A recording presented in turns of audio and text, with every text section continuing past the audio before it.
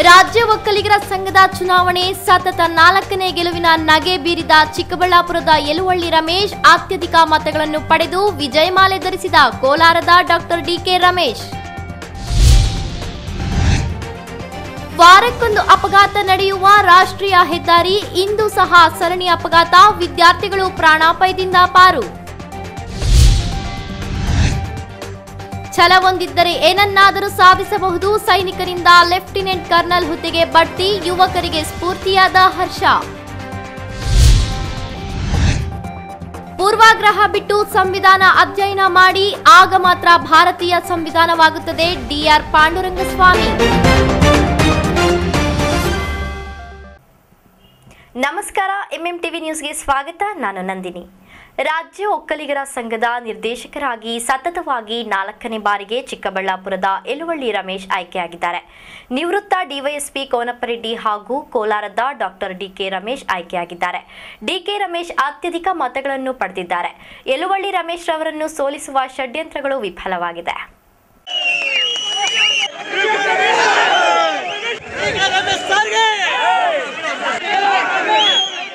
ಪ್ರತಿಷ್ಠಿತ ಒಕ್ಕಲಿಗರ ಸಂಘದ ನಿರ್ದೇಶಕರ ಚುನಾವಣೆಯ ಮತಗಳ ಎಣಿಕೆ ಕೋಲಾರದ ಗೋಕುಲ್ ಕಾಲೇಜಿನಲ್ಲಿ ಬುಧವಾರ ಸಂಜೆ 6 ಗಂಟೆಗೆ ಮುಕ್ತಾಯವಾಯಿತು. ಸಾರ್ವತ್ರಿಕ ಚುನಾವಣೆಗಳನ್ನು ಮೀರಿಸುವ ರೀತಿಯಲ್ಲಿ ಮತದಾನ ನಡೆದಿತ್ತು. ಈ ಚುನಾವಣೆಯಲ್ಲಿ ನಿವೃತ್ತ ಡಿವೈಎಸ್ಪಿ ಕೋನಪ್ಪರೆಡ್ಡಿ, ಕೋಲಾರದ ಡಾಕ್ಟರ್ ಡಿಕೆ ರಮೇಶ್, ಚಿಕ್ಕಬಳ್ಳಾಪುರದ ಪ್ರಕಾಶ್ ಸಿಂಡಿಕೇಟ್ ಮಾಡಿಕೊಂಡು ಅವಿಭಜಿತ ಕೋಲಾರ ಜಿಲ್ಲೆಯಲ್ಲಿ ಅಬ್ಬರದ ಪ್ರಚಾರ ನಡೆಸಿದ್ದರು. ಒಕ್ಕಲಿಗ ಸಮುದಾಯಕ್ಕೆ ಹಲವು ಭರವಸೆಗಳನ್ನು ಅಭ್ಯರ್ಥಿಗಳು ನೀಡಿದ್ದರು. ಕೋಲಾರ ಮತ್ತು ಚಿಕ್ಕಬಳ್ಳಾಪುರ ಸೇರಿದಂತೆ 12 ಮಂದಿ ಸ್ಪರ್ಧಿಸಿದ್ದರು. ಆ ಪೈಕಿ ಕೋನಪ್ಪರೆಡ್ಡಿ ಸಿಂಡಿಕೇಟ್ ಮತ್ತು ಯಲುವಳ್ಳಿ ರಮೇಶ್ ಪ್ರಭಾವಿ ಸ್ಪರ್ಧಿಗಳಾಗಿದ್ದರು. ಕೋನಪ್ಪರೆಡ್ಡಿ ಸಿಂಡಿಕೇಟ್ ಪರವಾಗಿ ಚಿಕ್ಕಬಳ್ಳಾಪುರ ಸಚಿವ ಡಾಕ್ಟರ್ ಕೆ ಸುಧಾಕರ್ ಪ್ರಚಾರ ನಡೆಸಿದರು. ಅವರ ಉದ್ದೇಶ ಯಲುವಳ್ಳಿ ರಮೇಶ್ ಅವರನ್ನು ಸೋಲಿಸುವುದೂ ಆಗಿತ್ತು. ಗೋಕುಲ್ ಕಾಲೇಜಿನಲ್ಲಿ ಬೆಳಿಗ್ಗೆ 8 ಗಂಟೆಗೆ ಮತಗಳ ಎಣಿಕೆ ಆರಂಭವಾಯಿತು. ಪ್ರತಿ ತಾಲೂಕಿನ ಮತಗಳನ್ನು ಪ್ರತ್ಯೇಕವಾಗಿ ಎಣಿಕೆ ಮಾಡಲಾಯಿತು. ಕಳೆದ ಬಾರಿ ಸ್ಪರ್ಧಿಸಿ ಅಲ್ಪ ಮತಗಳಿಂದ ಪರಾಭವಗೊಂಡಿದ್ದ ಕೋಲಾರದ ಡಾಕ್ಟರ್ ಡಿಕೆ ರಮೇಶ್ 40,435 ದಾಖಲೆ ಪ್ರಮಾಣದ ಮತಗಳನ್ನು ಗಳಿಸಿದ್ದಾರೆ. ಅವರ ಸಿಂಡಿಕೇಟ್ನ ನಿವೃತ್ತ ಡಿವೈಎಸ್ಪಿ 32,451 ಮತಗಳನ್ನು ಗಳಿಸಿದ್ದಾರೆ. ಆದರೆ ಕೋನಪ್ಪರೆಡ್ಡಿ ಸಿಂಡಿಕೇಟ್ನಲ್ಲಿದ್ದ ಚಿಕ್ಕಬಳ್ಳಾಪುರದ ನಗರಸಭೆ ಮಾಜಿ ಅಧ್ಯಕ್ಷ ಎಂ ಪ್ರಕಾಶ್ 16,069 ಮತಗಳನ್ನು ಪಡೆದು ಹಿನ್ನಡೆ ಸಾಧಿಸಿದ್ದಾರೆ. 3 ಬಾರಿ ನಿರ್ದೇಶಕರಾಗಿದ್ದ ಯಲುವಳ್ಳಿ ರಮೇಶ್ 4ನೇ ಬಾರಿಗೆ ಆಯ್ಕೆಯಾಗಿದ್ದಾರೆ. ಅವರನ್ನು ಸೋಲಿಸಲು ನಡೆದ ಪ್ರಯತ್ನಗಳು ವಿಫಲವಾಗಿವೆ. ರಮೇಶ್ 24,676 ಮತಗಳನ್ನು ಪಡೆದಿದ್ದಾರೆ. ಫಲಿತಾಂಶದ ನಂತರ ಮಾತನಾಡಿದ ಯಲುವಳ್ಳಿ ರಮೇಶ್, ನಾನು ಭರವಸೆ ನೀಡಿದಂತೆ ಸಮುದಾಯದ ಅಭಿವೃದ್ಧಿಗಾಗಿ ಶ್ರಮಿಸುತ್ತೇನೆ. ಭರವಸೆ ನೀಡಿದ್ದೇನೆ. ಯಾವಾಗಲೂ ನಾನು ಏನು ಹೇಳುತ್ತೇನೆಯೋ ಅದನ್ನೇ ಮಾಡುತ್ತೇನೆ. ತಮಗೆ ಮತ ನೀಡಿದ ಕುಲ ಬಾಂಧವರಿಗೆ ಕೃತಜ್ಞತೆಯನ್ನು ಸಲ್ಲಿಸಿದರು. ಇದರ ಹಿನ್ನೆಲೆಯಲ್ಲಿ ನನಗೆ ಪ್ರತ್ಯಕ್ಷವಾಗಿ ಪರೋಕ್ಷವಾಗಿ ಎಲ್ಲ ಮತದಾರರು, ಸೋದರರು, ನನ್ನ ಕುಲಬಾಂಧವರು, ಸೋದರರು ಸೋದರಿಯರು ಬಹಳಷ್ಟು ಸಹಕಾರ ನೀಡಿದ್ದಾರೆ. ಅವರೆಲ್ಲರೂ ಕೂಡ ನಾನು ಅವರ ಪಾದ ಮುಟ್ಟಿ ಅವ್ರ ನಮಸ್ಕಾರನ ತಿಳಿಸಿ, ಮುಂದೆ ನಾನು ಕೊಟ್ಟ ಭರವಸೆಗಳಂತೆ ನಾನು ಮಾತುಕಂಡೆ ಈ ಯಲುವಳ್ಳಿ ರಮೇಶ್ ಏನು ಹೇಳಿರ್ತಾನೋ ಅದನ್ನೇ ಮಾಡೋದು, ಏನು ಮಾಡ್ತಾರೋ ಅದನ್ನೇ ಹೇಳೋದು, ಅದೇ ಯಲುವಳ್ಳಿ ರಮೇಶ್. ನಾನು ಹೇಳಿರುವ ಮಾತುಗಳನ್ನು, ನಾನು ಕೊಟ್ಟಿರುವ ಭರವಸೆಗಳನ್ನ ಖಂಡಿತ ಈಡೇರಿಸ್ತೀನಿ ಅಂತ ತಮ್ಮೆಲ್ಲರೂ ಕೂಡ ಆಶ್ವಾಸನೆ ಕೊಡ್ತೀನಿ. ಮತ್ತೊಮ್ಮೆ ಮಗದೊಮ್ಮೆ ತಾವೆಲ್ಲರೂ ಕೂಡ ಭಾಳ ಶ್ರಮವಹಿಸಿ ಪ್ರತ್ಯಕ್ಷವಾಗಿ ಪರೋಕ್ಷವಾಗಿ ನನಗೆ ಕೆಲಸ ಮಾಡಿ ಹಗಲಿರಲು ಕಳೆದ 15-20 ದಿವಸಗಳಿಂದ ಹಗಲಿರಿದು ದುಡ್ದಂಥ ನನ್ನ ಮತದಾರ ಬಾಂಧವರಿಗೆ, ಕುಲ ಬಂಧುಗಳಿಗೆ, ಸೋದರ ಸೋದರಿಯರಿಗೆ ಈ ಯಲುವಳ್ಳಿ ರಮೇಶನ ಅನಂತ ಅನಂತ ನಮಸ್ಕಾರಗಳು. ಪರಾಜಿತ ಅಭ್ಯರ್ಥಿ ಪ್ರಕಾಶ್ ಮಾತನಾಡಿ, ಪ್ರಾಮಾಣಿಕ ಪ್ರಯತ್ನ ಮಾಡಲಾಯಿತು. ವೈಯಕ್ತಿಕ ಸೋಲು ಅನುಭವಿಸಿದ್ದರೂ 15 ದಿನದಲ್ಲಿ ಮತ ನೀಡಿರುವುದು ಸಂತಸ ತಂದಿದೆ. ಸೋತಿದ್ದರೂ ಸಮುದಾಯದ ಸೇವೆಯನ್ನು ಮುಂದುವರೆಸುವುದಾಗಿ ಭರವಸೆ ನೀಡಿದರು. ಚುನಾವಣೆಯಲ್ಲಿ ನನ್ನ ಪರವಾಗಿ ಬಹುಪಾಲು ನಮ್ಮ ಎಲ್ಲ ಆತ್ಮೀಯರು, ಹಿತೈಷಿಗಳು, ಗುರಿಹಿರಿಯರು ಕೇವಲ 15 ದಿವಸದಲ್ಲಿ ಒಂದು ಪ್ರಾಮಾಣಿಕ ಪ್ರಯತ್ನ ಮಾಡಿ ಈ ಒಂದು 4ನೇ ಸ್ಥಾನಕ್ಕೆ ನಾನು ಬಂದಿರುವಂಥದ್ದು ನಿಜವಾಗ್ಲೂ ಅವರೆಲ್ಲರಿಗೂ ಕೂಡ ನಾನು ಕೃತಜ್ಞತೆ ಸಲ್ಲಿಸಬೇಕಾಗಿದೆ. ಇದು ನನ್ನ ವೈಯಕ್ತಿಕ ಸೋಲಾದರೂ ಕೂಡ ಈ ಎರಡೂ ಭಾಗದ ಒಕ್ಕಲಿಗ ಮತದಾರರು ಏನಿದ್ದಾರೆ ಅವರು ಭಾಳ ಹೆಮ್ಮೆಯಿಂದ ಹೇಳ್ತಾ ಇದ್ದೀನಿ. ಅವರು 15 ದಿವಸದಲ್ಲಿ ಇಷ್ಟೊಂದು ಮತ ನೀಡಿ ನನಗೆ ಆಶೀರ್ವಾದ ಮಾಡಿದ್ದಾರೆ. ಆ ಒಂದು ಖುಷಿ ಇದೆ. ಆದರೆ ಈ ಒಂದು ಪ್ರಯತ್ನ ಯಾವುದೇ ಕಾರಣಕ್ಕೂ ನಿಲ್ಲೋದಿಲ್ಲ. ಏನು ನಿರ್ದೇಶಕರಾಗಿ ಆಯ್ಕೆ ಆಗಿರೋರು ಸಂಘದಲ್ಲಿ ಅವರ ಒಂದು ಪ್ರಯತ್ನಗಳನ್ನ ಮಾಡ್ತಾರೆ ಸೇವೆ ಮಾಡೋದಕ್ಕೆ. ಆ ಮಟ್ಟಕ್ಕಾದರೂ ನಾನು ನಮ್ಮ ಭಾಗದಲ್ಲಿರುವಂಥ ನಮ್ಮ ಎಲ್ಲ ಒಕ್ಕಲಿಗ ಕುಲಬಾಂಧವರಿಗೂ ಸೇವೆಯನ್ನು ಮುಂದುವರಿಸ್ಕೊಂಡು ಹೋಗ್ತೀನಿ. ಯಾವುದೇ ಒಂದು ಸಮಸ್ಯೆ ಇದ್ದರೂ ಕೂಡ ನಾನು ಮನೇಲಿ ಕೂರುವಂಥವ್ರು ಅಥವಾ ನಿದ್ರೆ ಮಾಡೋವಂಥವನ್ನಲ್ಲ. ನನ್ನ ದೂರವಾಣಿ ಸಂಖ್ಯೆನ ನಾನು ಈಗಾಗಲೇ ಎಲ್ಲರಿಗೂ ಕೂಡ ಕೊಟ್ಟಿದ್ದೀನಿ. ಮುಂದೇನೂ ಅದನ್ನು ಕೊಡುವಂಥದ್ದಿದೆ. ಯಾವುದೇ ವಿಷಯದ ಸಮಸ್ಯೆಗಳು ಬಂದರೂ ಕೂಡ ನನ್ನ ಬಳಿ ಅದು ಆಗುತ್ತೆ ಅನ್ನೋ ನಂಬಿಕೆ ಅವರು ಬಂದರೆ ನಾನು ಸದಾ ಸೇವೆ ಮಾಡೋದಕ್ಕೆ ನಾನು ಸಿದ್ಧನಿದ್ದೇನೆ ಅನ್ನೋ ಮಾತನ್ನು ಹೇಳ್ತಾ ಇದ್ದೀನಿ. ನಮಸ್ಕಾರ. ಫಲಿತಾಂಶ ಪ್ರಕಟವಾಗುತ್ತಿದ್ದಂತೆ ವಿಜೇತ ಅಭ್ಯರ್ಥಿಗಳನ್ನು ಅವರ ಬೆಂಬಲಿಗರು ಹೆಗಲ ಮೇಲೆ ಹೊತ್ತು ಮೆರವಣಿಗೆ ನಡೆಸಿದರು. ಒಕ್ಕಲಿಗರ ಸಂಘಕ್ಕೆ ಈ ಚುನಾವಣೆಯ ಮೂಲಕ ಅವಿಭಜಿತ ಕೋಲಾರ ಜಿಲ್ಲೆಯಿಂದ ಹೊಸದಾಗಿ ಕೋನಪ್ಪರೆಡ್ಡಿ ಮತ್ತು ಡಾಕ್ಟರ್ ರಮೇಶ್ ಪ್ರವೇಶ ಮಾಡಿದ್ದಾರೆ. S Chandrashekhar, MMTV news, Kolar. Chikkaballapur ನಗರದ ರಾಷ್ಟ್ರೀಯ ಹೆದ್ದಾರಿ 44ರ ಬಳಿ ವಾರಕ್ಕೊಂದು ಅಪಘಾತ ನಡೆಯುತ್ತಲೇ ಇದೆ. ಬುಧವಾರವೂ ಸಹ ಪ್ರಥಮ ಪಿಯುಸಿ ಪರೀಕ್ಷೆ ಬರೆಯಲು ವಿದ್ಯಾರ್ಥಿಗಳು ಆಟೋದಲ್ಲಿ ಆಗಮಿಸುತ್ತಿದ್ದರು. ಏಕಾಏಕಿ ಹಿಂಬದಿಯಿಂದ ಯಮನಂತೆ ಬಂದ ಕಾರು ಆಟೋಗೆ ಡಿಕ್ಕಿ ಹೊಡೆದು ಡಿವೈಡರ್ಗೆ ಗುದ್ದಿ ಪಕ್ಕದಲ್ಲಿದ್ದ ಟಾಟಾ ಏಸ್ಗೆ ಹೊಡೆದು ಸರಣಿ ಅಪಘಾತ ನಡೆದಿದೆ.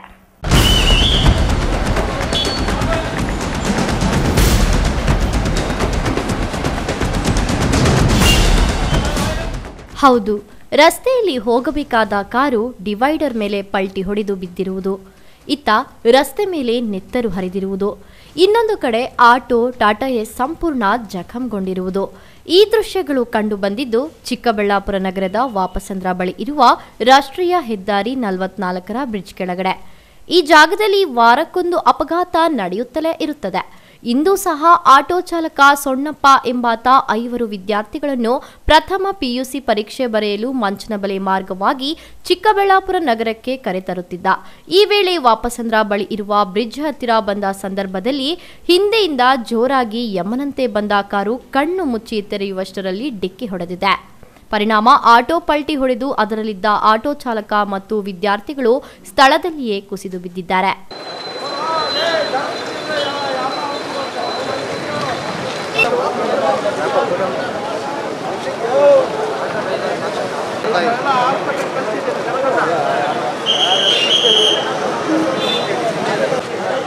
ಬ್ರೋ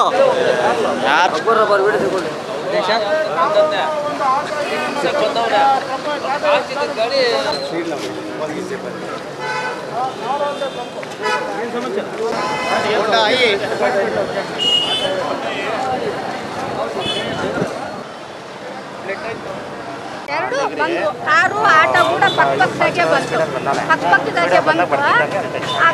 ಆಟೋ ಆ ಕಡೆ ಬಂತು, ನೋಡ್ಲಿಲ್ಲ. ಕಾರು ದೊಡ್ಡದಲ್ಲ, ಅದು ಚಿಕ್ಕದು, ಅದು ಕಾಣಲಿಲ್ಲ. ಇದು ದೊಡ್ಡದಲ್ಲ, ಕಾಣ್ತು. ಬಂದು ಹಿಂಗೆ ಟರ್ನ್ ಹಾಕ್ಬಿಟ್ಟು ತಿಂಡೆ ಐತಲ್ಲ, ತಿಂಡೆಗೆ ಹೊಡೆದು ಈ ಟಾಟಾ ಎಸ್ ಇಲ್ಲಿ ಪಕ್ಕದಾಗಿತ್ತು, ಆ ಟಾಟಾಗೆ ಎಸ್ಕಿ ಹೊಡೆದು ಪೈಟಿಗಳು ಅಷ್ಟೇ ನೋಡಿ.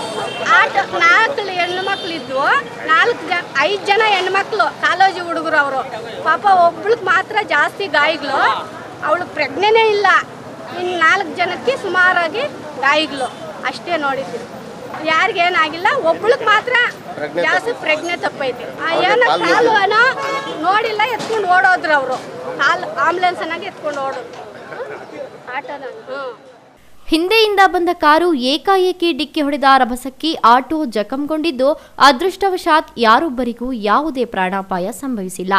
ಒಬ್ಬ ವಿದ್ಯಾರ್ಥಿನಿಗೆ ಮತ್ತು ಆಟೋ ಚಾಲಕನಿಗೆ ಗಂಭೀರ ಗಾಯಗಳಾಗಿದ್ದು ಚಿಕ್ಕಬಳ್ಳಾಪುರ ಜಿಲ್ಲಾಸ್ಪತ್ರೆಗೆ ರವಾನಿಸಿ ಚಿಕಿತ್ಸೆ ನೀಡುತ್ತಿದ್ದಾರೆ. ಡ್ರೈವಿಂಗ್ ಮಾಡ್ತಾ ಇದ್ವಿ, ಪ್ಯಾಸೆಂಜರ್ 4 ಜನ ಇದ್ವಿ. ಹಿಂದ್ಗಡೆಯಿಂದ ಸೌಂಡ್ ಕೇಳಿಸ್ತು, ಹಿಂದ್ಗಡೆಯಿಂದ ಬಂದು ಓಡಿಸ್ತು ಸರ್. ನಮ್ಮ ಮಂಚಿಮಲೆಯಲ್ಲಿ ಲೋಡ್ ಮಾಡ್ಕೊಂಡ್ವಿ, ಚಿಕ್ಕಬಳ್ಳಾಪುರಕ್ಕೆ ಸ್ಕೂಲ್ ಮಕ್ಕಳು ಕರ್ಕೊಂಡು ಬರ್ತೀವಿ. ಹಿಂದ್ಗಡೆ ಏನೋ ಸೌಂಡ್ ಬಂದಂಗೆ ಆಯ್ತು, ಹೊಡೆದಂಗೆ ಅನಿಸ್ತು.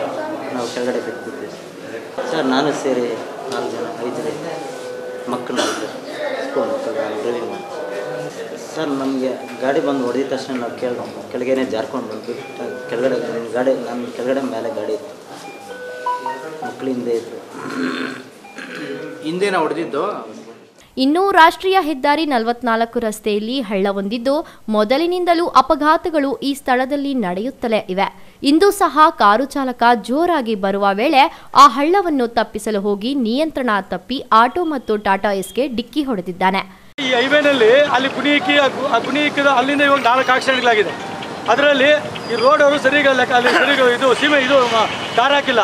ಅಲ್ಲಿ ಬಂದಿದ ತಕ್ಷಣ ಆಟೋಮೆಟಿಕ್ ಆಗಿ ಎಗುರ್ತೈತೆ ಕುತ್ಕೊಳ್ಳೋದು ಎಲ್ಲ ಪ್ರತಿಯೊಬ್ಬರು ಆಕ್ಸಿಡೆಂಟ್ ಆಗ್ತಾನೆ ಇದೆ. ಈ ನಡುವೆ ವಾರಕ್ಕೊಂದೊಂದು ಆಕ್ಸಿಡೆಂಟ್ ಆಗಿದೆ. ಕರೆಕ್ಟಾಗಿ ರೋಡು ಅದು ಕ್ಲಿಯರ್ ಮಾಡಿಕೊಡ್ಬೇಕು, ಇಲ್ಲಾಂದರೆ ನಾವು ಅಡ್ಡಪಡಿಸ್ತೀರಿ ಎಲ್ಲ ಸೇರಿ. ಇನ್ನು ಗಾಯಾಳುಗಳನ್ನು ಚಿಕ್ಕಬಳ್ಳಾಪುರ ಜಿಲ್ಲಾಸ್ಪತ್ರೆಗೆ ರವಾನೆ ಮಾಡಿ ಚಿಕಿತ್ಸೆ ಕೊಡಿಸಲಾಗುತ್ತಿದೆ. ಸ್ಥಳಕ್ಕೆ ಚಿಕ್ಕಬಳ್ಳಾಪುರ ಸಂಚಾರಿ ಪೊಲೀಸರು ಭೇಟಿ ನೀಡಿ ಪರಿಶೀಲನೆ ನಡೆಸಿ ಪ್ರಕರಣ ದಾಖಲಿಸಿಕೊಂಡಿದ್ದಾರೆ.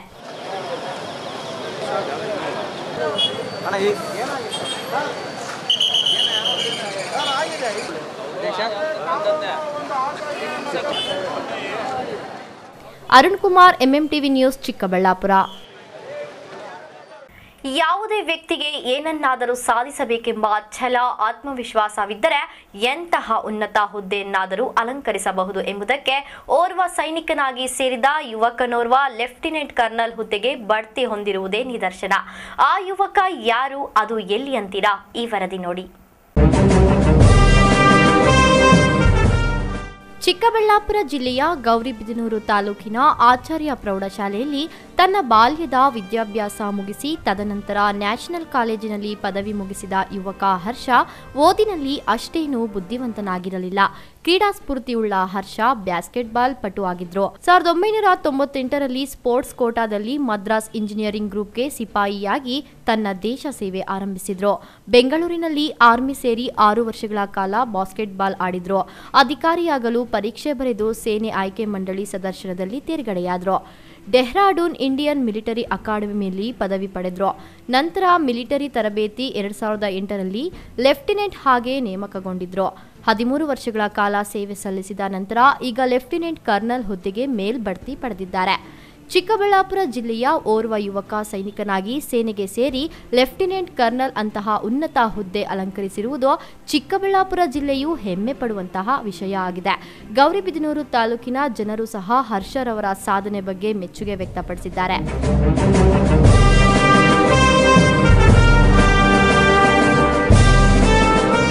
Bush, MMTV news, Gauribidanur.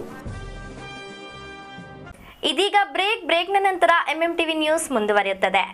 Crack IIT JEE or NEET 2022. Join prestigious long-term program for sure success. Narayana IIT JEE NEET Academy. Best faculty, best material, best exam system, giving the India's best result in JEE Main, JEE Advanced and NEET admissions in progress.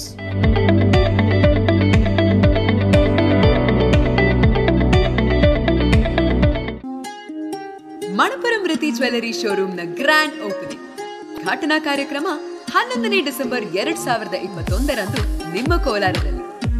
ಆಕರ್ಷಕ ಕೊಡುಗೆಗಳು: ಚಿನ್ನದ ಖರೀದಿಗೆ 50% ಬೆಳ್ಳಿ ನಾಣ್ಯ ಉಚಿತ, ಹಳೆಯ ಚಿನ್ನದ ವಿನಿಮಯಕ್ಕಾಗಿ ತೂಕದಲ್ಲಿ 0% ಕಡಿತ, ಪ್ರತಿ 50,000 ವಜ್ರದ ಖರೀದಿಗೂ ಚಿನ್ನದ ನಾಣ್ಯ ಉಚಿತ, ಚಿನ್ನದ ಬೆಲೆಯ 10% ಪಾವತಿಸಿ ಮತ್ತು ಚಿನ್ನದ ಆಭರಣಗಳನ್ನು ಮುಂಚಿತವಾಗಿ ಕಾಯ್ದಿರಿಸಿ ಮತ್ತು ಪಡೆಯಿರಿ ಪ್ರತಿಯೊಂದು ಖರೀದಿಗೂ ಉಚಿತ ಉಡುಗೊರೆ. ಹೋಂಡಾ Activa, LED TV, mixer grinder lucky draw ಮೂಲಕ.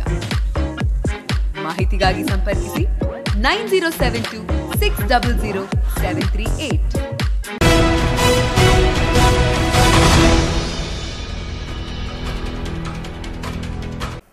ಭಾರತೀಯ ಸಂವಿಧಾನ ಸರ್ವಜನಾಂಗದ ಹಿತರಕ್ಷಣೆ ಮಾಡುವ ಶ್ರೇಷ್ಠ ಗ್ರಂಥವಾಗಿದ್ದು, ಪ್ರತಿಯೊಬ್ಬ ಭಾರತೀಯರು ಪೂರ್ವಾಗ್ರಹ ಬಿಟ್ಟು ಅಧ್ಯಯನ ಮಾಡಿದಾಗ ಮಾತ್ರವೇ ಭಾರತೀಯರ ಸಂವಿಧಾನವಾಗುತ್ತದೆ ಎಂದು ಕರ್ನಾಟಕ ದಲಿತ ಸಂಘರ್ಷ ಸಮಿತಿ ರಾಜ್ಯ ಸಂಚಾಲಕ ಡಿಆರ್ ಪಾಂಡುರಂಗ ಸ್ವಾಮಿ ಅಭಿಪ್ರಾಯಪಟ್ಟರು.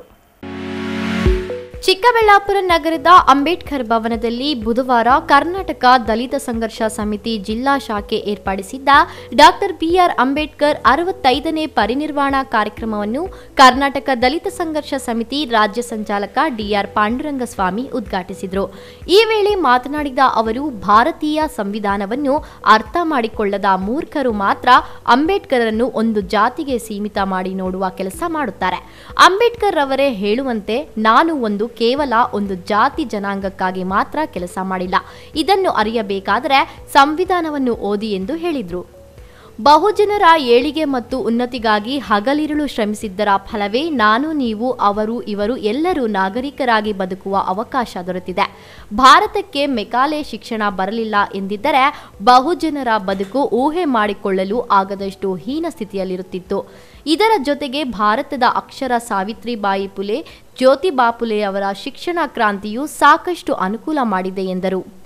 ಪರಿನಿರ್ವಾಣ ದಿನಾಚರಣೆಯ ಸಂದರ್ಭದಲ್ಲಿ ನಾವು ಮತ್ತೊಮ್ಮೆ ಮನನ ಮಾಡಿಕೊಳ್ಬೇಕಾಗಿದೆ. ಮತ್ತೊಮ್ಮೆ ನಾವೆಲ್ಲರೂ ಆಲೋಚಿಸಬೇಕಾಗಿದೆ. ಈ ಸಂವಿಧಾನವನ್ನ ನಾವು ಉಳಿಸ್ಕೊಳ್ಬೇಕಾಗಿದೆ. ಬಾಬಾ ಸಾಹೇಬ್ ಅಂಬೇಡ್ಕರ್ ಅವರು ಈ ಸಂವಿಧಾನವನ್ನ ಬರೆಯುವ ಮೂಲಕ ಇಡೀ ಭಾರತದಲ್ಲಿರ್ತಕ್ಕಂಥ ಎಲ್ಲ ಶೋಷಿತರ, ಎಲ್ಲ ದಮನಿತರ, ಎಲ್ಲ ದೌರ್ಜನ್ಯಕ್ಕೆ ಒಳಗಾದ ಜನಸಾಮಾನ್ಯರ ಆಶಯಗಳನ್ನು ಉಳಿಸ್ಲಿಕ್ಕಾಗಿ ಹಗಲು ರಾತ್ರಿ ನಿದ್ದೆ ಮಾಡದೆ ಏನು ನನ್ನ ಸಮುದಾಯಗಳನ್ನು ಮೇಲೆತ್ತುವ ಕೆಲಸವನ್ನು ನಾನು ಮಾಡಬೇಕು ಅಂತ ಹೇಳಿ ಆಲೋಚನೆ ಮಾಡಿದ್ರು. ಆ ಎಲ್ಲ ಆಲೋಚನೆಗಳನ್ನ ಒಟ್ಟಾಗಿ ಕ್ರೋಢೀಕರಿಸಿ ಸರ್ಕಾರಿ ಆಸ್ತಿಗಳಿದ್ರೆ SC STಗಳಿಗೆ, OBCಗಳಿಗೆ ರಿಸರ್ವೇಶನ್ ಕೊಡಬೇಕು ಅಂತಲೂ ನಾವು ಅರ್ಥ ಮಾಡ್ಕೋಬೇಕಾಗಿದೆ. ಈ ಸರ್ಕಾರಿ ಆಸ್ತಿಗಳಿದ್ರೆ OBCಗಳಿಗೆ, SC STಗಳಿಗೆ ರಿಸರ್ವೇಶನ್ ಕೊಡಬೇಕು. ಇದೆಲ್ಲ ಕಿತ್ತಾಕ್ಬಿಟ್ಟು ಮಾರ್ಬಿಟ್ರೆ ರಿಸರ್ವೇಶನ್ ಕೊಡಂಗಿಲ್ಲ. ಕಾರ್ಯಕ್ರಮದಲ್ಲಿ ಕೋಡಿಗಲ್ ರಮೇಶ್, ಅದ್ದೆಮುನಿಯಪ್ಪ, ಅಂಜಯ್ಯ, ನವ್ಯಶ್ರೀ, ಬಸಣ್ಣ, ದಿವಾಕರ್, ಮುನಿವೆಂಕಟಪ್ಪ, ಪ್ರಕಾಶ್, ಮುನಿಶಾಮಿ, ಶ್ರೀನಿವಾಸ್, ಜೆಸಿ ವೆಂಕಟೇಶ್ ಮತ್ತಿತರರು ಇದ್ದರು. Arun Kumar, MMTV news, Chikkaballapur. ಚಿಕ್ಕಬಳ್ಳಾಪುರ ತಾಲೂಕಿನ ಅಂಕಣಗೊಂದಿ ಹಾಲು ಉತ್ಪಾದಕ ಸಂಘಕ್ಕೆ ಚುನಾವಣೆ ಇಲ್ಲದೆ 12 ಮಂದಿ ಅವಿರೋಧವಾಗಿ ಆಯ್ಕೆಯಾಗುವ ಮೂಲಕ ಸಂಘದ ಏಕತೆಯನ್ನು ಎತ್ತಿ ಹಿಡಿದಿದ್ದಾರೆ. ಚಿಕ್ಕಬಳ್ಳಾಪುರ ತಾಲೂಕಿನ ಅಂಕಣಗೊಂದಿ ಹಾಲು ಉತ್ಪಾದಕರ ಸಂಘದ ನಿರ್ದೇಶಕ ಆಯ್ಕೆಗೆ ಸಹಕಾರ ಇಲಾಖೆ ಡಿಸೆಂಬರ್ 13ರಂದು ಚುನಾವಣೆ ಘೋಷಣೆ ಮಾಡಲಾಗಿತ್ತು. ಆದರೆ ಹಾಲು ಉತ್ಪಾದಕರ ಒಮ್ಮತದ ಆಧಾರದಲ್ಲಿ ಚುನಾವಣೆ ಇಲ್ಲದೆ ಅಧ್ಯಕ್ಷರಾಗಿ ರಾಮಪ್ಪ, ಉಪಾಧ್ಯಕ್ಷರಾಗಿ ತಿಮ್ಮರಾಯಪ್ಪ ಸಹಿತ ಉಳಿದ 10 ಸದಸ್ಯರನ್ನು ಅವಿರೋಧವಾಗಿ ಆಯ್ಕೆ ಮಾಡಲಾಗಿದೆ ಎಂದು ಚುನಾವಣಾಧಿಕಾರಿ ಲೀಲಾವತಿ ತಿಳಿಸಿದ್ದಾರೆ. ನಿರ್ದೇಶಕರಾಗಿ ನಾರಾಯಣಪ್ಪ, ರಂಗಪ್ಪ, ಶ್ರೀನಿವಾಸ್, ಮುನಿತಿಮ್ಮರಾಯಪ್ಪ, ಸರೋಜಮ್ಮ, ಮುನಿತಾಯಮ್ಮ, ವೆಂಕಟೇಶ್, ನಾರಾಯಣಮ್ಮ, ಮೀನಾಕ್ಷಮ್ಮ ಆಯ್ಕೆಯಾಗಿದ್ದಾರೆ. ನಮ್ಮ ಹಾಲು ಉತ್ಪಾದಕ ಸಹಕಾರ ಸಂಘದ ಚುನಾವಣೆ ನಿಗದಿಯಾಗಿತ್ತು. ನಾವು ಅವಿರೋಧವಾಗಿ ಆಯ್ಕೆಯಾಗಿದ್ದೀವಿ. ರಂಗಣ್ಣನವರ ಅಧ್ಯಕ್ಷತೆಯಲ್ಲಿ ನಾವು 12 ಜನ ಅವಿರೋಧವಾಗಿ ಆಯ್ಕೆಯಾಗಿ 10 ಜನ BJPಯವರು, 1 JDS, 1 ಕಾಂಗ್ರೆಸ್ಸು, ನಾನು ಅಧ್ಯಕ್ಷನಾಗಿ ಚುನಾಯಿತನಾಗಿದ್ದೇನೆ. ನಾವು ಸಂಘದ ಅಭಿವೃದ್ಧಿಗಾಗಿ ಮಿಲ್ಕ್ ಯೂನಿಯನ್ನಿಂದ ಏನೇನು ಸವಲತ್ತುಗಳು ಬರ್ತದೋ, ಹಿಂಡಿ, ಬೂಸ, ಫೀಡು ಎಲ್ಲ ತರಿಸಿ ರೈತರಿಗೆ ನಾವು ಕೊಡ್ತೀವಿ. ಮತ್ತು ಏನಂದರೆ ಸಂಘಕ್ಕೆ ಸ್ವಂತದ ಕಟ್ಟಡ ಇಲ್ಲ. ಕಟ್ಟಡ ನಾವು ಕಟ್ಟಿ ಉದ್ಘಾಟನೆ ಮಾಡಬೇಕು ಅಂತಿದ್ದೀವಿ ಇದೇ ವರ್ಷದಲ್ಲಿ. ಅದೇನೇನು ಸವಲತ್ತುಗಳು ಇದರಿಂದ ಬರ್ತದೋ ಮಿಲ್ಕ್ ಯೂನಿಯನ್ನಿಂದ ಎಲ್ಲ ತಗೊಂಡು ನಾವು ಸ್ವಲ್ಪ ಕೈಯಿಂದ ಹಾಕಿ ಸಂಘದ ಕಟ್ಟಡವನ್ನು ಕಟ್ಟಬೇಕು ಅಂತಂದು ಉದ್ದೇಶ ಇಟ್ಕೊಂಡಿದ್ದೀವಿ. ಮುಂದಿನ ದಿನಗಳಲ್ಲಿ ಹಾಲು ಕಮ್ಮಿ ಇದೆ, ನಮ್ಮದು 150 ಲೀಟ್ರ್ ಹೋಗ್ತಾ ಇದೆ.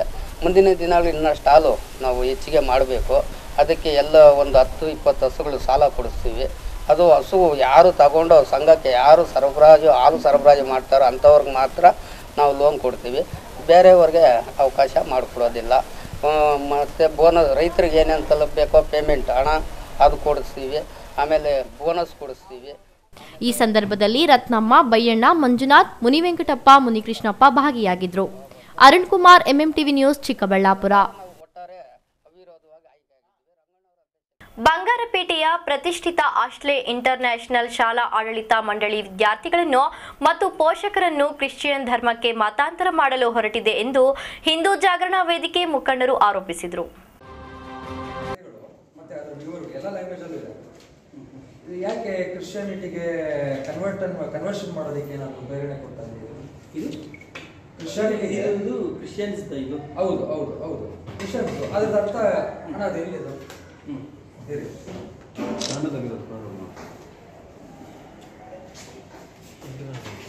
ನೋಡಿ ಪ್ರೇಯರ್ ಅಲ್ಲಿ ಎಲ್ಲ ಹಿಂದೂ ಕ್ರಿಶ್ಚಿಯನ್ ಮುಸ್ಲಿಂ ಮೂರದ್ದು ಕೂಡ ಪ್ರೇಯರ್ ಇದೆ. ಬರೀ ಪರ್ಟಿಕ್ಯುಲರ್ ಕ್ರಿಶ್ಚಿಯನ್ ಇಲ್ಲ, ಬರೀ ಮುಸ್ಲಿಂ ಇಲ್ಲ, ಬರೀ ಹಿಂದೂನೇ ಇಲ್ಲ ಸರ್. ಒಂದು ಶಾಲೆಯಲ್ಲಿ ಕೇಳಿ, ಒಂದು ಶಾಲೆಯಲ್ಲಿ ಎಲ್ಲಾ ಧರ್ಮದವರು ಒಂದೇನೆ, ಹೌದು. ಆದ್ರೆ ನೀವು ಯಾವುದೇ ಧರ್ಮದ ಪ್ರತ್ಯೇಕವಾಗಿ ನೀವೇನು ಪ್ರಯೋಗಿಸಿಕೊಳ್ಳಬೇಕಾಗಿಲ್ಲ. ಹಿಂದೂ ಜಾಗರಣ ವೇದಿಕೆಯ ಮುಖಂಡ ಕಿಶೋರ್ ರಾಮಮೂರ್ತಿ ನೇತೃತ್ವದಲ್ಲಿ ಬಂಗಾರಪೇಟೆಯ ಆಶ್ಲೆ ಇಂಟರ್ನ್ಯಾಷನಲ್ ಶಾಲೆಗೆ ಭೇಟಿ ನೀಡಿ ಶಾಲಾ ಆಡಳಿತ ಮಂಡಳಿಯು ವಿದ್ಯಾರ್ಥಿಗಳಿಗೆ ಮತ್ತು ಪೋಷಕರಿಗೆ ಮೊಬೈಲ್ ಮೂಲಕ ಕಳಿಸಿರುವ ಸಂದೇಶದಲ್ಲಿ ಕ್ರೈಸ್ತ ಧರ್ಮದ ಸಿಂಬಲ್ ಇದೆ ಎಂದು ಹೇಳಿ ತರಾಟೆಗೆ ತೆಗೆದುಕೊಂಡರು ಹಾಗೂ ಅದರಲ್ಲಿನ ಪದಗಳು ಮತಾಂತರಕ್ಕೆ ಪ್ರಚೋದನೆ ನೀಡುವ ಸಂದೇಶ ನೀಡುತ್ತಿದೆ ಎಂದು ಆರೋಪಿಸಿದರು. ಇದಕ್ಕೆ ಉತ್ತರಿಸಿದ ಆಡಳಿತ ಮಂಡಳಿಯ ಮುಖ್ಯಸ್ಥರು, ಶಾಲೆಯಲ್ಲಿ ಯಾವುದೇ ರೀತಿಯ ಮತಾಂತರ ಪ್ರಚೋದನೆ ಮಾಡಲು ಮುಂದಾಗಿಲ್ಲ, ಎಲ್ಲ ಧರ್ಮಗಳ ಬಗ್ಗೆ ಹೇಳಿಕೊಡುತ್ತೇವೆ ಎಂದು ಹೇಳುತ್ತಿದ್ದಂತೆ ಶಾಲಾ ಮಂಡಳಿಯಿಂದ ಕಳಿಸಿರುವ ಸಂದೇಶದಲ್ಲಿ ಕ್ರಿಶ್ಚಿಯನ್ ಧರ್ಮದ ಸಿಂಬಲ್ ಇದೆ, ಆದರೆ ಹಿಂದೂ ಧರ್ಮ ಮತ್ತು ಇಸ್ಲಾಂ ಧರ್ಮ ಸೇರಿ ಇತರೆ ಧರ್ಮಗಳ ಸಿಂಬಲ್ ಇರುವ ಸಂದೇಶವನ್ನು ಏಕೆ ಕಳಿಸಿಲ್ಲ ಎಂದು ಹಿಂದೂ ಜಾಗರಣ ವೇದಿಕೆ ಕಾರ್ಯಕರ್ತರು ಪ್ರಶ್ನಿಸಿದರು. ಅದಕ್ಕೆ ಉತ್ತರಿಸಿದ ಆಡಳಿತ ಮಂಡಳಿ, ಡೌನ್ಲೋಡ್ ಮಾಡುವಾಗ ತಪ್ಪಾಗಿದೆ, ಅದನ್ನು ತೆಗೆದುಹಾಕಿ ಸರಿಪಡಿಸುತ್ತೇವೆ ಎಂದು ಭರವಸೆ ನೀಡಿದರು. ಇಂತಹ ವಿಚಾರಗಳನ್ನು, ಸಂದೇಶಗಳನ್ನು ಮಕ್ಕಳಿಗೆ ಹಾಗೂ ಪೋಷಕರಿಗೆ ಮತ್ತೆ ರವಾನಿಸಲು ಮುಂದಾದರೆ ಪ್ರತಿಭಟಿಸಲಾಗುವುದು ಎಂದು ಹಿಂದೂ ಜಾಗರಣ ವೇದಿಕೆ ಕಾರ್ಯಕರ್ತರು ಎಚ್ಚರಿಸಿದರು. ಯಾಕೆ ಕ್ರಿಶ್ಚಿಯಾನಿಟಿಗೆ ಕನ್ವರ್ಷನ್ ಮಾಡೋದಕ್ಕೆ ಏನಾದರೂ ಪ್ರೇರಣೆ ಕೊಡ್ತಾ ಇದ್ದೀವಿ? ಕ್ರಿಶ್ಚಿಯಾನಿಟಿಗೆ ಇದು ಕ್ರಿಶ್ಚಿಯನ್ಸ್ ಇದು. ಹೌದು ಹೌದು ಹೌದು ಕ್ರಿಶ್ಚಿಯನ್ಸ್. ಅದ್ರ ಅರ್ಥ ಹಣ ಅದು ಎಲ್ಲಿದು? ಹೇಳಿ.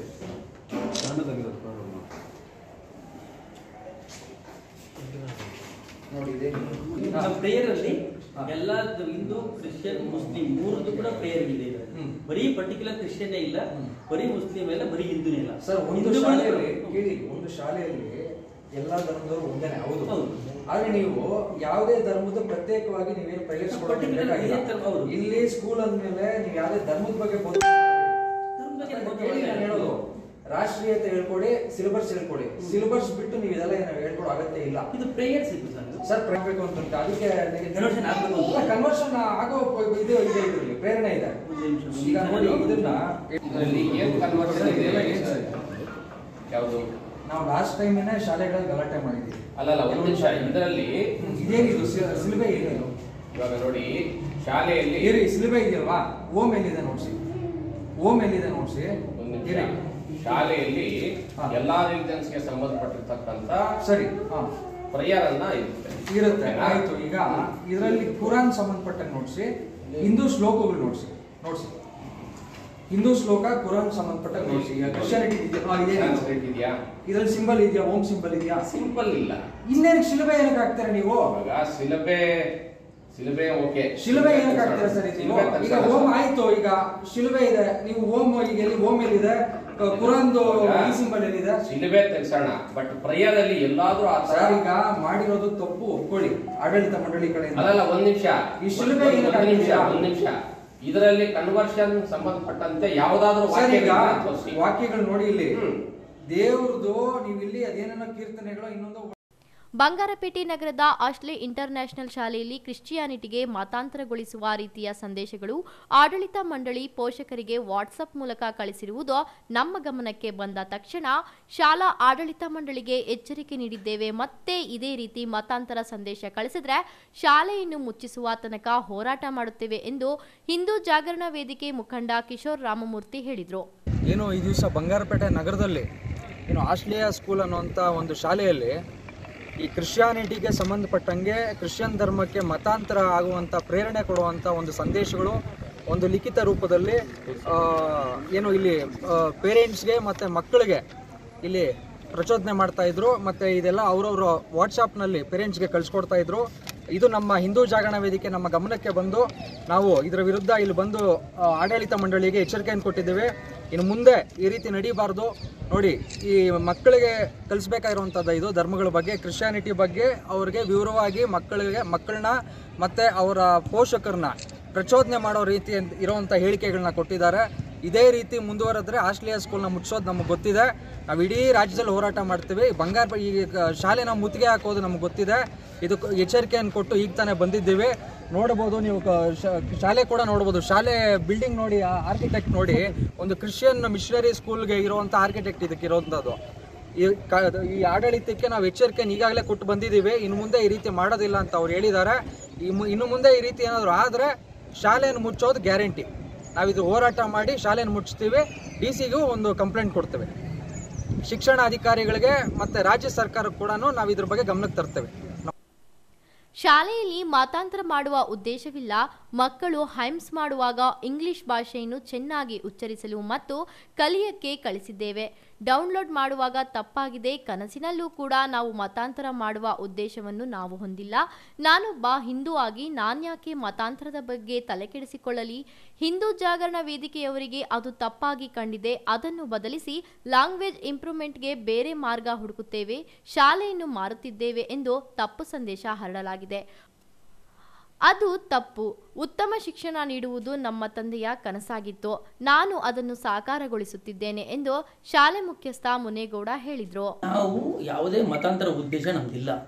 ಲ್ಯಾಂಗ್ವೇಜ್ ಇಂಪ್ರೂವ್ಮೆಂಟ್ಸಿಗೆ, ಇಂಗ್ಲಿಷ್ ಲ್ಯಾಂಗ್ವೇಜ್ ಇಂಪ್ರೂವ್ಮೆಂಟ್ಸಿಗೆ ಸಾಂಗ್ಸ್ ಅಂತ ಕೊಟ್ಟಾಗ ಸಾಂಗ್ಸ್ ಸೆಲೆಕ್ಷನ್ ಮಾಡ್ಕೊಂಡು ನಾವು ಅದನ್ನು ಹಾಡಾಡಿದಾಗ ಮಗು ಆಡಾಡೋದ್ರಿಂದ ಲ್ಯಾಂಗ್ವೇಜ್ ವರ್ಲ್ಡ್ ಬರುತ್ತೆ ಅನ್ನೋ ಉದ್ದೇಶದಿಂದ ನಾವು ಅದನ್ನು ಮಾಡಿದ್ವಿ. ಅವರು ಹಿಂದೂ ಜಾಗೃತಿ ಅವರು ನಮ್ಮ ಹೆಸರು ಕಿಶೋರ್ ಅವ್ರ ಮನಸ್ಸಿಗೆ ಏನು ಅನಿಸಿದೆ, ನಾವು ಮತಾಂತರ ಮಾಡ್ತಾ ಇದ್ದೀವಿ ಅಂತ ಅವ್ರ ಮನಸ್ಸಿಗೆ ಅನಿಸಿದೆ. ನಮ್ಗೆ ಆ ಉದ್ದೇಶ ಎಲ್ಲೂ ಇಲ್ಲ. ಯಾವುದೇ ಉದ್ದೇಶದಲ್ಲಿ ನಮ್ಮ ತಲೆಯಲ್ಲೂ ಕೂಡ ಇಲ್ಲ, ಕನಸಲ್ಲಿ ಕೂಡ ಆ ಥರ ನಮಗಿಲ್ಲ. ಅರ್ಥ ಆಗ್ತಾ ಇದೆಯಾ? ಅವ್ರಿಗೆ ಕನ್ಫ್ಯೂಸ್ ಆಗಿ ಆ ಥರ ಅವರು ಆ ಆ್ಯಂಗಲಲ್ಲಿ ನೋಡಿದ್ದಾರೆ. ಅದು ಅನಿಸಿರೋದು ಅವ್ರಿಗೆ ಆ ಥರ ಅನಿಸಿರೋವಾಗ ಅದಕ್ಕೆ ನಾನೇನು ಹೇಳ್ತಾ ಇದ್ದೀನಿ, ಇನ್ ಕೇಸ್ ಅದರಲ್ಲಿ ಅದನ್ನು ತೆಗೆಸ್ತಾಕೋಣ. ನಾನೊಬ್ಬ ಹಿಂದೂ ಆಗಿ ನಾನು ಯಾಕೆ ಅದನ್ನು ತಲೆ ಕೆಡಿಸ್ಕೊಳ್ಳೋಕೆ ಹೋಗಲಿ? ಅದರಿಂದ ನಮ್ಗೆ ಆ ಉದ್ದೇಶನೇ ಇಲ್ಲ. ಆದರೆ ಅವ್ರಿಗೆ ಆ ಥರ ಅನಿಸಿರೋದ್ರಿಂದ ಅದನ್ನು ತೆಗೆಸಾಕ್ಬಿಟ್ಟು ನೆಕ್ಸ್ಟ್ ಲ್ಯಾಂಗ್ವೇಜ್ ಇಂಪ್ರೂವ್ಮೆಂಟ್ಸ್ ಏನು ಮಾಡಬೇಕು ಅದನ್ನು ಮಾಡೋಕ್ಕೆ ನಾನು ರೆಡಿ ಇದ್ದೀನಿ. Language improve. G Nagaraj, MMTV news, Bangarapet. ಓಮ್ ಎಲ್ಲಿದೆ ನೋಡ್ಸಿ, ಓಮ್ ಎಲ್ಲಿದೆ ನೋಡ್ಸಿ. ಶಾಲೆಯಲ್ಲಿ ಎಲ್ಲಾ ರಿಲಿಜನ್ಸ್ಗೆ ಸಂಬಂಧಪಟ್ಟಿರ್ತಕ್ಕಂಥ ಸರಿ ಇದೀಗ ಬ್ರೇಕ್ನ ನಂತರ MMTV ನ್ಯೂಸ್ ಮುಂದುವರಿಯುತ್ತದೆ. ಭವಾನಿ ಕಾಫಿಯವರ ಇನ್ಸ್ಟಂಟ್ ಶುಂಠಿ ಸ್ಪೈಸಿ ಕಾಫಿ ತಯಾರಿಸುವ ವಿಧಾನ: 100 ml ನೀರು ಅಥವಾ ಹಾಲನ್ನು ಚೆನ್ನಾಗಿ ಬಿಸಿ ಮಾಡಿ ಕುದಿಸಿ, ನಂತರ 1 ಟೀ ಸ್ಪೂನ್ ಇನ್ಸ್ಟಂಟ್ ಶುಂಠಿ ಸ್ಪೈಸಿ ಕಾಫಿ ಪುಡಿಯನ್ನು 1 ಕಪ್ಗೆ ಹಾಕಿ. ಈ ಶುಂಠಿ ಕಾಫಿಯನ್ನು ಬಿಸಿ ನೀರಿನಲ್ಲಿ ಅಥವಾ ಹಾಲಿನಲ್ಲಿ ಸೇರಿಸಿ. ಇದೀಗ ಸ್ಪೈಸಿ ಕಾಫಿಯ ರುಚಿಯನ್ನು ಎಂಜಾಯ್ ಮಾಡಿ. ಶುಂಠಿ ಸ್ಪೈಸಿ ಕಾಫಿ, ಇದು ಹೆಚ್ಚು ಪ್ರೋಟೀನ್ ಯುಕ್ತವಾಗಿದೆ. Bhavani coffee works, BB road, Chikkaballapur. Contact number 9844170482.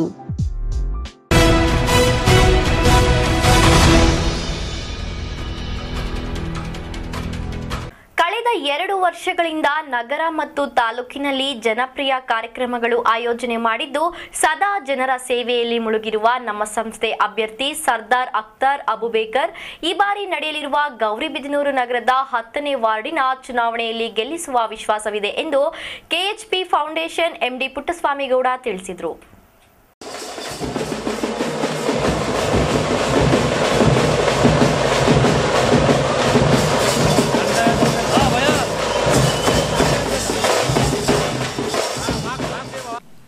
Gauribidanur ನಗರದ 10ನೇ ವಾರ್ಡಿನ ನಗರಸಭೆ ಸದಸ್ಯೆ ರಾಜೇಶ್ವರಿ ಬಾಯಿರವರ ಅಕಾಲಿಕ ಮರಣದಿಂದ ತೆರವು ಆಗಿದ್ದ ಸ್ಥಾನಕ್ಕೆ ಇದೇ ಡಿಸೆಂಬರ್ 27ಕ್ಕೆ ನಡೆಯಲಿರುವ ಚುನಾವಣೆಗೆ ನಮ್ಮ ಬಣದಿಂದ ಸರ್ದಾರ್ ಅಖ್ತರ್ ಅಬುಬೇಕರ್ ನಾಮಪತ್ರ ಸಲ್ಲಿಸಿದ್ದಾರೆ. ಈ ಸಂದರ್ಭದಲ್ಲಿ ಮಾತನಾಡಿದ KHP ಫೌಂಡೇಶನ್ MD ಪುಟ್ಟಸ್ವಾಮಿ ಗೌಡರವರು, ನಮ್ಮ ಬಣದಿಂದ ಮಹಿಳಾ ಅಭ್ಯರ್ಥಿಯಾಗಿ ಸ್ಪರ್ಧಿಸಿರುವ ಸರ್ದಾರ್ ಅಖ್ತರ್ ಅಬುಬೇಕರ್ ಅವರ ಗೆಲುವು ಖಚಿತ ಎಂದು ವಿಶ್ವಾಸ ವ್ಯಕ್ತಪಡಿಸಿದರು. ನಮ್ಮ ಸಂಸ್ಥೆಯು ಕಳೆದ 2 ವರ್ಷಗಳಿಂದ ಅನೇಕ ಸಮಾಜ ಸೇವೆ ಮಾಡಿಕೊಂಡು ಬಂದಿದ್ದು, ಮೊನ್ನೆ ಕೊರೋನಾ ವೇಳೆಯಲ್ಲಿ ಜನರ ಸಂಕಷ್ಟಕ್ಕೆ ನಮ್ಮ ಸಂಸ್ಥೆ ಕೈಜೋಡಿಸಿತ್ತು. ಲಾಕ್ಡೌನ್ ವೇಳೆಯಲ್ಲಿ 2 ತಿಂಗಳ ಅವಧಿಯಲ್ಲಿ ಸುಮಾರು 35,000 ಜನಕ್ಕೆ ಉಚಿತ ಊಟ ನೀಡಿ ಅವರ ಹಸಿವು ನೀಗಿಸಿದ್ದೇವೆ. ಬಡ ವಿದ್ಯಾರ್ಥಿಗಳಿಗೆ ಉಚಿತವಾಗಿ ಲ್ಯಾಪ್ಟಾಪ್ ಮತ್ತು ಕೊರೋನಾದಿಂದ ಮರಣ ಹೊಂದಿದವರಿಗೆ 20,000 ನಗದು ಆಹಾರ ಧಾನ್ಯಗಳನ್ನು ನೀಡಿ ಅವರ ಕುಟುಂಬಕ್ಕೆ ಸಹಾಯ ಹಸ್ತ ನೀಡಿದ್ದೇವೆ. ಈ ನಿಟ್ಟಿನಲ್ಲಿ ನಮ್ಮ ಅಭ್ಯರ್ಥಿಯನ್ನು ಈ ಭಾಗದ ಮತದಾರರು ಗೆಲ್ಲಿಸುವ ವಿಶ್ವಾಸವಿದೆ ಎಂದರು. ಈ ದಿನ ಹಾಲಿ ಇದ್ದಂಥ ನಗರಸಭೆ ಸದಸ್ಯರು 10ನೇ ವಾರ್ಡ್ನಲ್ಲಿ ದೈವಾಧೀನರಾದಂಥ ಒಂದು ಸಂದರ್ಭದಲ್ಲಿ ಉಪಚುನಾವಣೆ ಬಂದಿದೆ. ನಮ್ಮ ಬಣದ ಪರವಾಗಿ ನಾವು ಅಬೂಬಕರ್ನವ್ರನ್ನ ಸರ್ವಾನುಮತದಿಂದ ನಮ್ಮ ಎಲ್ಲರೂ ಕೂಡ ಅವರ ಧರ್ಮಪತ್ನಿಯವರನ್ನ ನಾವು ನಮ್ಮ ಕ್ಯಾಂಡಿಡೇಟ್ ಆಗಿ ನಾವು ಚುನಾವಣೆ ನಿಲ್ಲಿಸಿದ್ದೀವಿ. ಎಲ್ಲರೂ ಕೂಡ ನಗರದಲ್ಲಿ ನಾವು ಮಾಡಿರುವಂಥ ಸೇವೆ ಎಲ್ಲರ ಗಮನದಲ್ಲಿದೆ. ಇದುವರೆಗೂ ಏನೇನು ಸೇವೆ ಮಾಡ್ಕೊಂಡ್ಬಂದಿದ್ವಿ, ನೀರು ಕೊಡುವಂಥ ಒಂದು ಬರಗಾಲದಲ್ಲಿ ನೀರು ಕೊಡುವಂಥ ವ್ಯವಸ್ಥೆ ಇರ್ಬೋದು, ಫುಡ್ ಕಿಟ್ ಕೊಡುವಂಥ ವ್ಯವಸ್ಥೆ ಇರ್ಬೋದು, ಕರೋನಾ ಟೈಮ್ನಲ್ಲಿ ನಾವು ಮಾಡಿದಂಥ ಸೇವೆ ಇರ್ಬೋದು, ಸ್ಟೂಡೆಂಟ್ಸ್ಗಾಗಲಿ ಪುಸ್ತಕ ಕೊಟ್ಟಿರ್ತಿರ್ಬೋದು, ಟ್ಯಾಬ್ ಕೊಟ್ಟಿರ್ತಿರ್ಬೋದು, ಬಸ್ ಪಾಸ್ ಕೊಟ್ಟಿರೋದಿರ್ಬೋದು, ಹಾಗೆಯೇ ಆಂಬ್ಯುಲೆನ್ಸ್ ಸರ್ವಿಸ್ ಇರ್ಬೋದು. ಅದೇ ಥರ ಕೆಲವು ಮದುವೆ ಕಾರ್ಯಗಳಿಗೆ ಮಾಡಿದಂಥ ಸೌಲಭ್ಯಗಳಿರ್ಬೋದು. ಇವೆಲ್ಲನೂ ಗಮನದಲ್ಲಿಟ್ಕೊಂಡು ಈಗ ಈ ಟೈಮಲ್ಲಿ ಯಾವಾಗ ನದಿ ಬಂದಾಗಲೂ ಕೂಡ ನಾವು ಅವರ ಆರ್ಥಿಕವಾಗಿ ಅವ್ರು ಯಾರು ನದಿ ನೀರು ಮನೆಗಳು ನುಗ್ಗಿತ್ತು ಅವ್ರಿಗೂ ಕೂಡ ನಾವು ಸಹಕಾರವನ್ನು ಅವರ ಸಮಸ್ಯೆ ಬಂದಾಗ ಸ್ಪಂದಿಸ್ತಾ ಬರ್ತಾ ಇದ್ದೀವಿ. ಅದರಿಂದ ಗಮನದಲ್ಲಿಟ್ಕೊಂಡು ನಮ್ಮ ಕ್ಯಾಂಡಿಡೇಟ್ನ 100ಕ್ಕೆ 100 ಭಾಗ ಗೆಲ್ಲಿಸ್ತಾರೆ ಅನ್ನೋ ಒಂದು ನಂಬಿಕೆ ಇದೆ. ಖಂಡಿತ ನಾವು ಗೆದ್ದು ಬರ್ತೀವಿ. ಇದೇ ವೇಳೆಯಲ್ಲಿ ಕೆಎಚ್ ಸಂಸ್ಥೆಯ ವ್ಯವಸ್ಥಾಪಕ ಶ್ರೀನಿವಾಸಗೌಡ, ಕೆಎಚ್ ಬಣದ ಮುಖಂಡರಾದ ಕೆಎಸ್ ಅನಂತರಾಜ್, ಮಾಜಿ ಪುರಸಭೆ ಅಧ್ಯಕ್ಷ ಎಂ ನರಸಿಂಹಮೂರ್ತಿ, ನಗರಸಭೆ ಸದಸ್ಯ ಫರೀದ್, ವೆಂಕಟರಾಮಿರೆಡ್ಡಿ, ರಾಘವೇಂದ್ರ ಹನುಮಾನ್, ಸಪ್ತಗಿರಿ ರಾಜ್ಕುಮಾರ್, ದಲಿತ ಮುಖಂಡರಾದ ಮುನಿಯಪ್ಪ, ನಾಗಾರ್ಜುನ್, ಡೆಲ್ಲಿ ಸಂದೀಪ್, ಪವನ್ ರೆಡ್ಡಿ ಮುಂತಾದವರು ಹಾಜರಿದ್ದರು. Bush MMTV news, Gauribidanur.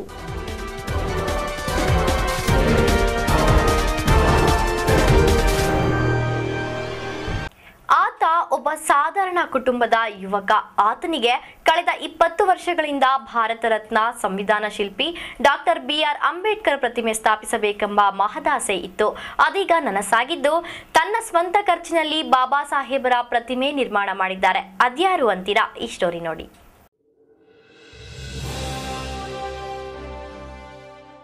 ಹೌದು, ಕೊಡಿಗೆಹಳ್ಳಿ ನಿವಾಸಿ ಗೋಪಾಲಸ್ವಾಮಿ ಅಂಬೇಡ್ಕರ್ ಅನುಯಾಯಿರವರ ಆದರ್ಶಗಳನ್ನು ಮೈಗೂಡಿಸಿಕೊಂಡಿರುವ ಇವರು ತಮ್ಮ ಸ್ವಂತ ಖರ್ಚಿನಲ್ಲಿ ತಮ್ಮ ಮನೆ ಅಂಗಳದಲ್ಲಿ ಡಾಕ್ಟರ್ ಬಿಆರ್ ಅಂಬೇಡ್ಕರ್ ಪ್ರತಿಮೆ ಸ್ಥಾಪಿಸಿ ಅವರ ವಿಚಾರಧಾರೆಗಳನ್ನು ಹರಡುವ ಮೂಲಕ ಬಾಬಾ ಸಾಹೇಬರ ಸ್ಮರಣೆ ಮಾಡುತ್ತಿದ್ದಾರೆ. ಬುಧವಾರ ಕೊಡಿಗೆಹಳ್ಳಿಯಲ್ಲಿ ನೂತನವಾಗಿ ನಿರ್ಮಿಸಿರುವ ಭಾರತ ರತ್ನ ಸಂವಿಧಾನ ಶಿಲ್ಪಿ ಬಾಬಾ ಸಾಹೇಬ್ ಡಾಕ್ಟರ್ ಬಿಆರ್ ಅಂಬೇಡ್ಕರ್ ಪ್ರತಿಮೆಯನ್ನು ಪಾಲಿಕೆ ಮಾಜಿ ಸದಸ್ಯ ಅಶ್ವಥ್ ನಾರಾಯಣಗೌಡ ಹಾಗೂ ರಾಜ್ಯ ಸಂಘಟನಾ ಸಂಚಾಲಕ ಕಾರಹಳ್ಳಿ ಶ್ರೀನಿವಾಸ್ ಅನಾವರಣ ಮಾಡಿದರು. ನಂತರ ಮಾತನಾಡಿದ ಅವರು, ನಾವೆಲ್ಲ ಅಂಬೇಡ್ಕರ್ ಕೊಟ್ಟ ಸಂವಿಧಾನದಡಿಯಲ್ಲೇ ಬದುಕಬೇಕಾಗಿದೆ. ಆದರೆ ಒಂದಷ್ಟು ಜನ ತಪ್ಪುಗಳನ್ನು ಹಿಡಿದು ಮಾತನಾಡುತ್ತಾರೆ. ಆದರೆ ಪ್ರಧಾನಿಯಿಂದ ಹಿಡಿದು ಸಮಾಜದ ಕಟ್ಟಕಡೆಯ ಪ್ರಜೆಗೂ ಒಂದೇ ಕಾನೂನು ರಚಿಸಿದಂತಹ ಮಹಾನುಭಾವರವರ ತತ್ವಾದರ್ಶ ರೂಢಿಸಿಕೊಳ್ಳಬೇಕಾಗಿದೆ ಎಂದರು. ಜನ ಬರೀ ಒಂದಷ್ಟು ತಪ್ಪುಗಳನ್ನು ಹಿಡಿದು ಮಾತಾಡೋ ಜನ ಇದ್ದಾರೆ ಬಿಟ್ಟರೆ ಆ ಮಹಾನುಭಾವ ಪ್ರತಿಯೊಂದು ವ್ಯಕ್ತಿ, ಈ ಭಾರತದಲ್ಲಿ ಹುಟ್ಟುವಂಥ ಪ್ರತಿಯೊಂದು ಮಗು ಕೂಡ ಅದರದೇ ಆದ ಒಂದು ಅರ್ಹತೆ ಮತ್ತು ಅದಕ್ಕೆ ಆದಂಥ ಸಂವಿಧಾನದ ಚೌಕಟ್ಟಲ್ಲಿ ಬಂದೋಬಸ್ತನ್ನು ಮಾಡಿದಂತಹ ಮಹಾನ್ ಶಿಲ್ಪಿ. ಇವತ್ತು ನಾವು ಬೇರೆ ದೇಶಗಳಲ್ಲಿ ನೋಡೋದಾದರೆ, ಬೇರೆ ದೇಶಗಳು ಅಥವಾ ಆ ಸಂವಿಧಾನಗಳನ್ನು ನಾವು ಒಂದ್ಸರಿ ಅವಲೋಕನ ಮಾಡೋದಾದರೆ ಅದು ನಮ್ಮ ಸಂವಿಧಾನಕ್ಕೆ ಯಾವ ಲೆಕ್ಕಕ್ಕೂ ಬರಲ್ಲ. ಯಾಕೆಂದರೆ ಕಟ್ಟ ಕಡೆಯ ಪ್ರಜೆಗೂ ಕೂಡ ಒಂದೇ ಕಾನೂನು, ಈ ದೇಶದ ಪ್ರಧಾನಿಗೂ ಕೂಡ ಒಂದೇ ಕಾನೂನು. ಕರ್ನಾಟಕ ಪ್ರಜಾಶಕ್ತಿ ಸಮಿತಿ ಗೋಪಾಲಸ್ವಾಮಿ ಮಾತನಾಡಿ, ಬಾಬಾ ಸಾಹೇಬ್ ಡಾಕ್ಟರ್ ಬಿಆರ್ ಅಂಬೇಡ್ಕರ್ ಅವರ ಪ್ರತಿಮೆ ನಿರ್ಮಾಣ ಮಾಡುವುದು ನನ್ನ ಮಹತ್ತರ ಮನದಾಸೆಯಾಗಿತ್ತು. ಅದಕ್ಕೆ ಇಂದು ಕಾಲ ಕೂಡಿ ಬಂದಿದೆ. ನನ್ನ ಸ್ವಂತ ಜಮೀನಿನಲ್ಲಿಂದು ಪ್ರತಿಮೆ ಅನಾವರಣ ಮಾಡಿದ್ದೇವೆ. ಇದೇ ಮಾದರಿಯಲ್ಲಿ ಪ್ರತಿಯೊಬ್ಬ ಅಭಿಮಾನಿಯು ತಮ್ಮ ಮನೆಯಲ್ಲೂ ಪ್ರತಿಮೆ ನಿರ್ಮಾಣ ಕಾರ್ಯವಾಗಬೇಕು ಎಂದರು. 20 ವರ್ಷದಿಂದ ಮಾಡೋಕ್ಕಾಗಲಿಲ್ಲ. ಅದು ಈ ದಿನ ಕಾಲ ಕೂಡಿ ಬಂದಿದೆ. ನನಗೆ ಜಾಸ್ತಿ ಖುಷಿ ಆಗುತ್ತೆ, ತುಂಬ ಹೆಮ್ಮೆ ಆಗುತ್ತೆ. ಅದರಲ್ಲೂ ನಮ್ಮ ನಾಯಕರುಗಳಾದಂಥ ಅಶ್ವಥ್ ನಾರಾಯಣಗೌಡರು, ನಮ್ಮ ಮೋಹನ್ ರಾಜರು, ಆಮೇಲೆ ಲೀಡರ್ಗಳೆಲ್ಲ ಬಂದು, ಆಮೇಲೆ ನಮ್ಮ ಸಂಘಟನೆರು ಎಲ್ಲ ನಮಗೆ ಸಾಥ್ ಕೊಟ್ಟು ನಮಗೆ ಒಂದು ಪ್ರೋತ್ಸಾಹ ಕೊಟ್ಟಿದ್ದ ನಮ್ಮ ಭಾರತ ರತ್ನ ಸಂವಿಧಾನ ಶಿಲ್ಪಿ ಡಾಕ್ಟರ್ BR ಅಂಬೇಡ್ಕರ್ ಸಾಹೇಬರವರ ಒಂದು ಪ್ರತಿಮೆ ಅನಾವರಣಕ್ಕೆ ಅದನ್ನು ನಮ್ಮ ಸ್ವಂತ ಜಾಗದಲ್ಲಿ ಮಾಡೋದಕ್ಕೆ ನನಗೆ ತುಂಬ ಹೆಮ್ಮೆ ಇದೆ. ನನ್ನ 20 ವರ್ಷದ ಕನಸು ನನಸಾಗಿದೆ ಹೇಳೋದಕ್ಕೆ ನಾನು ಇಷ್ಟಪಡ್ತೀನಿ. ಕಾರ್ಯಕ್ರಮದಲ್ಲಿ ಬ್ಯಾಟರಾಯನಪುರ ಡಿಸಿಸಿ ಸಂಘದ ಅಧ್ಯಕ್ಷ ಎ ಮೋಹನ್ ರಾಜ್, ರೈತ ಸಂಘದ ನವೀನ್ ಸಾದೇನಹಳ್ಳಿ, ಜಿಗಣಿಕೊಪ್ಪ ವೆಂಕಟೇಶ್, ಎ ರಾಮಚಂದ್ರ ಮತ್ತಿತರರು ಉಪಸ್ಥಿತರಿದ್ದರು. ಸಂಜಯ್ ನಾಗ್, MMTV ನ್ಯೂಸ್, ಯಲಹಂಕ. ಗೌರಿಬಿದನೂರು ನಗರದ 10ನೇ ವಾರ್ಡಿನಲ್ಲಿ ನಡೆಯಲಿರುವ ಚುನಾವಣೆಗೆ ಬಿಜೆಪಿ ಅಭ್ಯರ್ಥಿಯಾಗಿ ಪಾರ್ವತಮ್ಮ ಬುಧವಾರ ನಾಮಪತ್ರ ಸಲ್ಲಿಸಿದರು. ಇದೇ ವೇಳೆಯಲ್ಲಿ ಬಿಜೆಪಿ ಮುಖಂಡರಾದ NM ರವಿನಾರಾಯಣ ರೆಡ್ಡಿ ಮಾತನಾಡಿ, ಈ ಹಿಂದೆ 10ನೇ ವಾರ್ಡು ಅಭ್ಯರ್ಥಿ ಕಾಂಗ್ರೆಸ್ನ ರಾಜೇಶ್ವರಿ ಬಾಯಿ ಅಕಾಲಿಕ ಮರಣದಿಂದ ತೆರವಾಗಿದ್ದ ಸ್ಥಾನಕ್ಕೆ ಇದೇ ತಿಂಗಳು ಚುನಾವಣೆ ನಡೆಯಲಿದೆ. ಆ ಸ್ಥಾನಕ್ಕೆ ನಮ್ಮ ಪಕ್ಷದ ಮಹಿಳಾ ಅಭ್ಯರ್ಥಿ ಪಾರ್ವತಮ್ಮರವರನ್ನು ಆಯ್ಕೆ ಮಾಡಿ ಚುನಾವಣಾ ಕಣಕ್ಕೆ ಇಳಿಸಿದ್ದು, ಈ ಚುನಾವಣೆ ಅತಿ ಪ್ರಾಮುಖ್ಯತೆ ಹೊಂದಿದ್ದು ನಮ್ಮ ಅಭ್ಯರ್ಥಿ ಗೆಲುವು ಖಚಿತ ಎಂದರು. ನಗರಸಭೆ ಸದಸ್ಯ ಮಾರ್ಕೆಟ್ ಮೋಹನ್ ಮಾತನಾಡಿ, ಕೇಂದ್ರ ಮತ್ತು ರಾಜ್ಯ ಸರ್ಕಾರಗಳ ಉತ್ತಮ ಆಡಳಿತ ನಮಗೆ ಶ್ರೀರಕ್ಷೆಯಾಗಲಿದೆ ಎಂದರು. ನಾಮಪತ್ರ ಸಲ್ಲಿಸಿದ ಸಂದರ್ಭದಲ್ಲಿ ಬಿಜೆಪಿ ಪಕ್ಷದ ತಾಲೂಕು ಅಧ್ಯಕ್ಷ ರಮೇಶ್ ರಾವ್ ಶಿಲ್ಕೆ, ನಗರಸಭೆ ಸದಸ್ಯರಾದ DJ ಚಂದ್ರಮೋಹನ್, ಮೃತ್ಯುಂಜಯ ಜಯಣ್ಣ ಮುಂತಾದವರು ಹಾಜರಿದ್ದರು. Bush, MMTV news, Gauribidanur.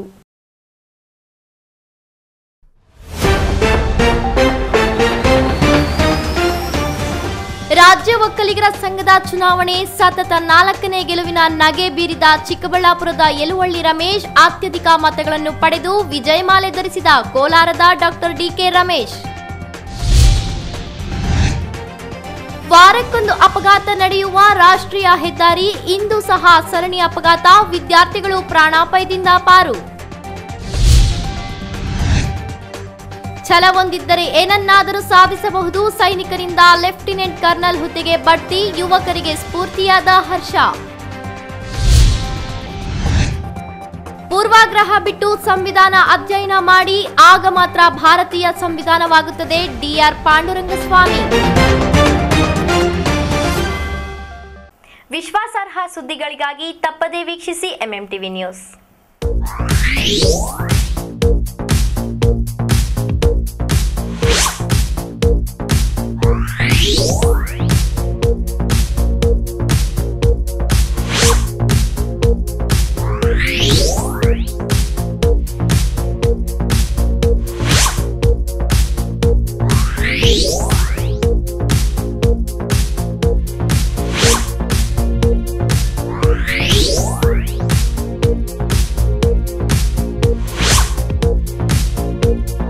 Hey!